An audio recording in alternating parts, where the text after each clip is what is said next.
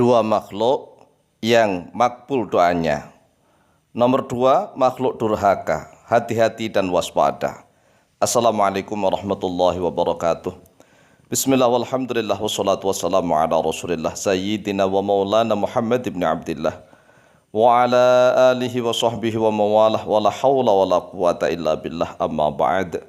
Saudaraku kaum muslimin wal muslimat rahimakumullah, wabil khusus saudara-saudara kami para pecinta dan subscriber channel YouTube Al-Mu'alim Center yang senantiasa kami doakan. Semoga Allah Azza wa Jalla memberikan kesehatan lahir dan batin. Semoga Allah Jalla Jalaluh memberikan rizki yang melimpah ruah, harta yang barokah, menjadikan anak-anaknya soleh dan solehah, duriyahnya duriyah yang thayyibah, hidupnya sukses dan bahagia di dunia dan di akhirat. Amin, amin, Allahumma amin. Saudaraku kaum muslimin wal muslimat rahimakumullah, menanggapi atau menjawab pertanyaan dari beberapa komentator di dalam channel YouTube Al-Mu'alim Center tentang siapa saja doa-doanya orang yang dikabulkan oleh Allah, makhluk-makhluk yang doanya sangat makbul, sangat mujarab, caspleng. Oleh sebab itulah, melalui video kali ini kami Al-Faqih Al-Mu'alim akan menjelaskannya. Ada dua makhluk. Dua makhluk ini artinya adalah dua jenis makhluk. Dua jenis makhluk yang doanya sangat makbul, sangat mustajab, sangat caspleng, langsung dikabulkan oleh Allah Azza wa Jalla, cash kontan seketika. Yang pertama yaitu doanya para nabi dan rasul. Inilah makhluknya Allah yang menjadi kekasih-kekasih Allah. Doanya para nabi dan rasul itu caspleng, makbul. Kemudian doanya para nabi dan rasul ini ditiru oleh wali-wali Allah, oleh orang-orang yang soleh, oleh para ulama-ulama yang soleh, yang mendalam ilmunya tentang Al-Quran dan Al-Hadis. Karena para ulama itu warathatul anbiya, pewaris para nabi. Inilah golongan yang pertama, yaitu golongan para kekasih Allah.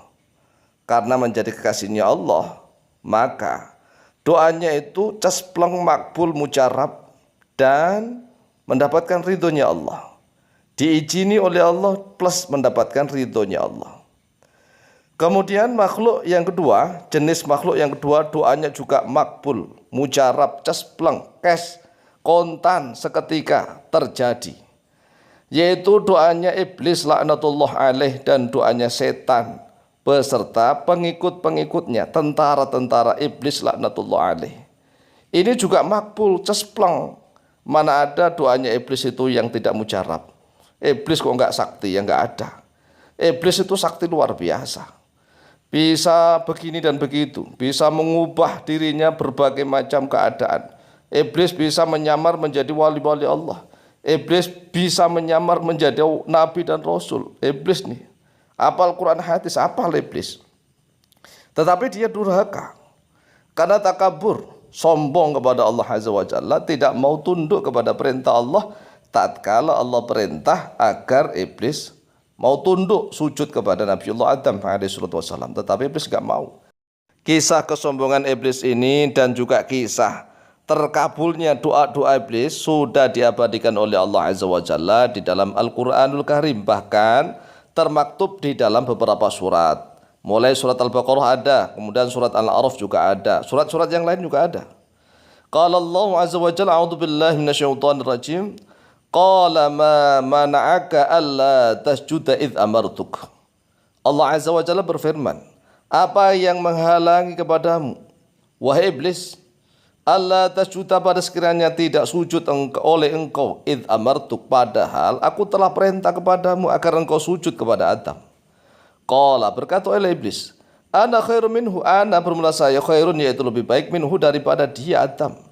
Khalaqtani, telah menciptakan oleh engkau ya Allah ni kepadaku, min narin, dari api, wa khalaqtahu, dan telah menciptakan oleh engkau hu, pada dia Adam, min tinin, dari tanah. Menurut iblis nih, bahwa api itu lebih baik daripada tanah. Sedangkan iblis tidak tahu apa yang Allah rahasiakan.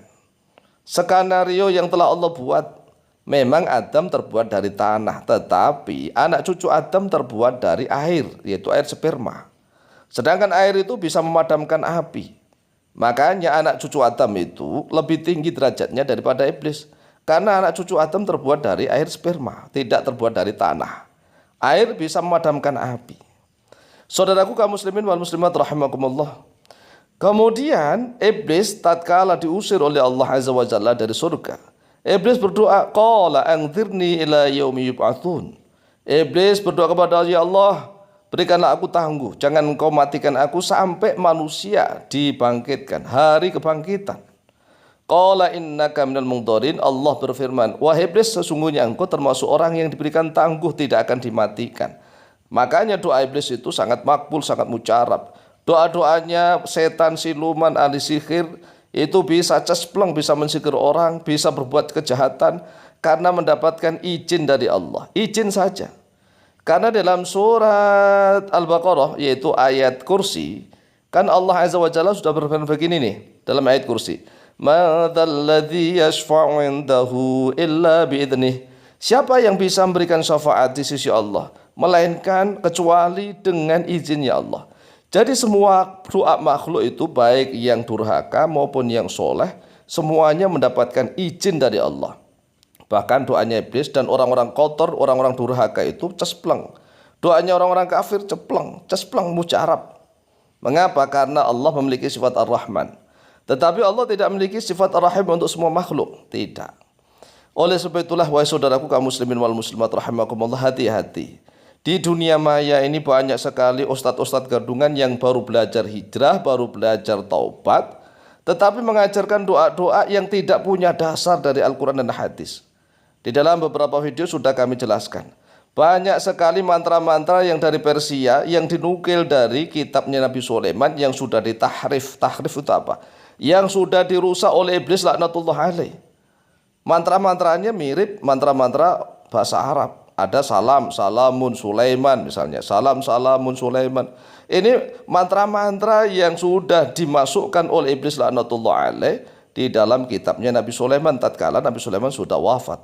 Oleh sebab itu, cespleng memang sudah didorong oleh iblis. Oleh sebab itu hati-hati. Kalau ada orang yang mengajarkan atau mengijazahkan doa amalan, dia ngakunya Islam, wajib dituntut harus tahu tentang dalilnya dari Quran dan hadis. Kalau tidak tahu, dia sesat menyesatkan. Ya, paham? Karena semua doa itu pasti dikabulkan, apalagi doanya iblis, doanya orang-orang yang durhaka, doanya orang-orang ahli sihir. Kalau Allah tidak mengabulkan, lalu siapa yang mengabulkan? Pasti Allah kabulkan, tetapi hanya dengan izin saja, diizini oleh Allah, tapi enggak dapat ridhonya Allah.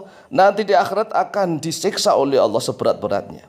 Oleh sebab itu pilihlah doa-doa yang ada dasarnya dari Quran hadis, kemudian gurunya jelas, sanadnya jelas sampai Rasulullah, sehingga doanya bukan hanya diizini oleh Allah, tetapi juga mendapatkan ridhonya Allah. Hatinya akan bersih, menjadi orang-orang yang dicintai oleh Allah, menjadi wali-wali Allah, menjadi kekasih-kasih Allah, menjadi penerus perjuangan para nabi dan rasul. Sekian, semoga bermanfaat. Wallahu ta'ala a'lamu bishawab.